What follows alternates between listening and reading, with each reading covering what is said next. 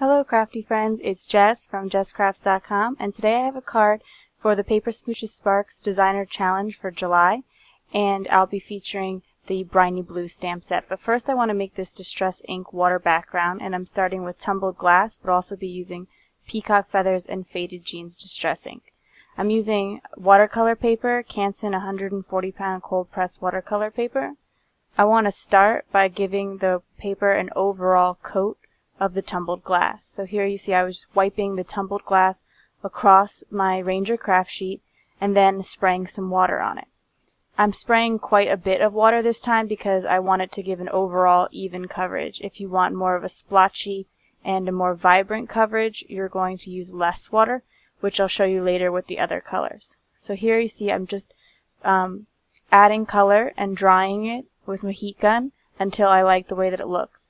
Basically, I want to give it a overall light blue coat, so that way if there's any splotches left later, when I'm using the Faded Jeans and Peacock feathers, if there's like little areas that don't get covered, instead of showing through as white, they'll show through as a light blue and be more consistent with an ocean look.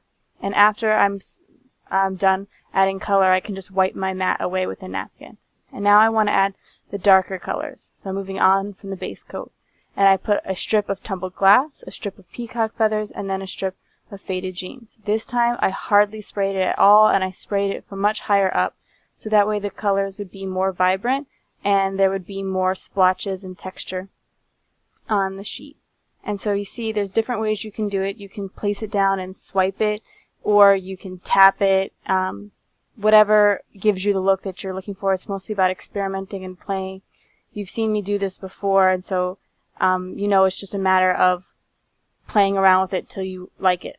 And by, doing the wiping look, you might get more of like rivulets of color, whereas if you do the tapping, you get more spots of color. And you want to make sure you get even coverage all around, so if there's a particular area that isn't getting a lot of coverage, you can just make sure you place your hand over that area as you push it into the paper. I like using these darker colors sometimes because it gives you more of like a bottom of the ocean feel, where I think the lighter colors give you more of a top of the ocean feel. So now I'm going to use the Jellyfish from Briny Blue. I'm going to add some 3 jellyfish to this card, but you'll see that I actually die cut 5 jellyfish because with these die cuts there isn't a hole in the middle, and so you have to do the stamping after you do the die cutting, and unfortunately I have a tendency to mess up sometimes when I'm stamping and be a little bit messy, so I made sure to have a couple extra just in case.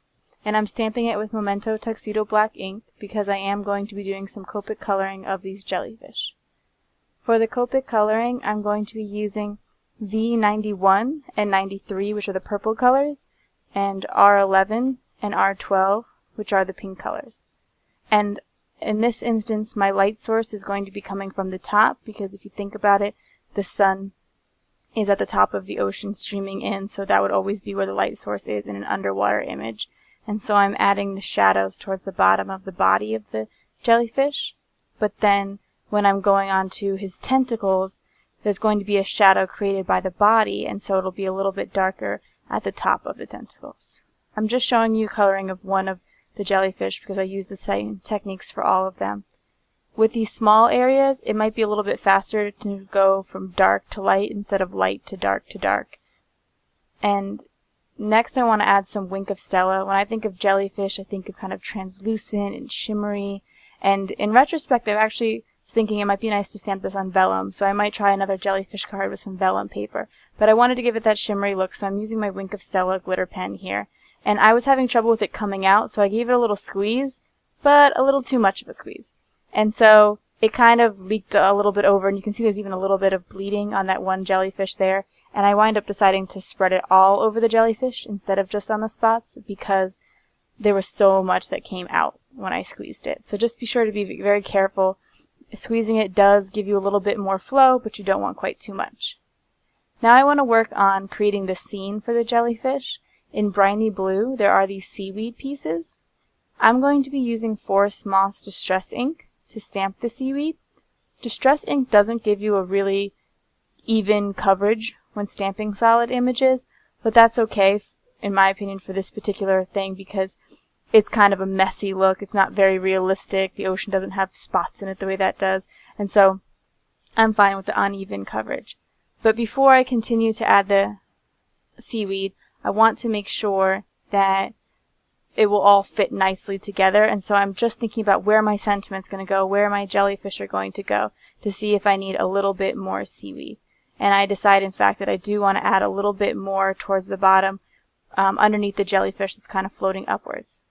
You'll see with the seaweed that I kind of stamp parts of it instead of stamping the whole image each time, so that way there's a little variation in the heights and the interest, and it doesn't look like the same stamp over and over, but instead looks like you might have a couple more stamps. Now, I want to use some glitter paper because, like I said, when I think of jellyfish, I think of shimmery, and so I thought this silver glitter paper from Die Cuts with a View would work out excellent, and I wanted to add the scallop that's in the sketch. I also thought the scallop worked well because it kind of reminds me of waves in the ocean, and so since we're doing an ocean card, it works out nicely. So I used the Fiskars punch to punch out some scallops along that glitter paper on the bottom, and then I'm going to trim the glitter paper to give about an even border on all sides. In the end, I actually wind up not using this even border on all sides, but that's where I was starting from, thinking that a glitter around the edge would be great. Now, I'm moving on to the pattern paper. I wanted to pull in some of the purples and pinks that I used to color the jellyfish. It can be really tricky to find purple pattern paper, but I did remember that this collection, What's Up, from Basic Gray, does have this pale purple in it.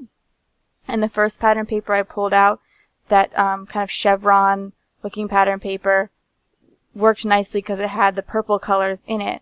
And then I'm thinking on the bottom I want more of a solid, but I also want to bring in the pinks. I think with the scallops, if you do too much pattern, you don't really notice the detail of the scallops. So then I find that this pink semi-solid paper works out well. It has just kind of a painted image on it.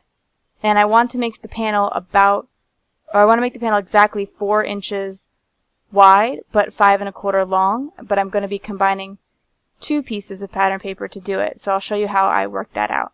I first cut out a 2-inch strip of the pink and a 3-inch strip of the chevron paper, and I'm going to be layering them on top of each other. So I add a little adhesive to the pink, then I'm going to bring it back to my paper trimmer to use as a ruler, and I know that between 2 inches and 6 inches will be 4 inches, so if I make sure the ends of each piece are there, then my panel will turn out to be 4 inches.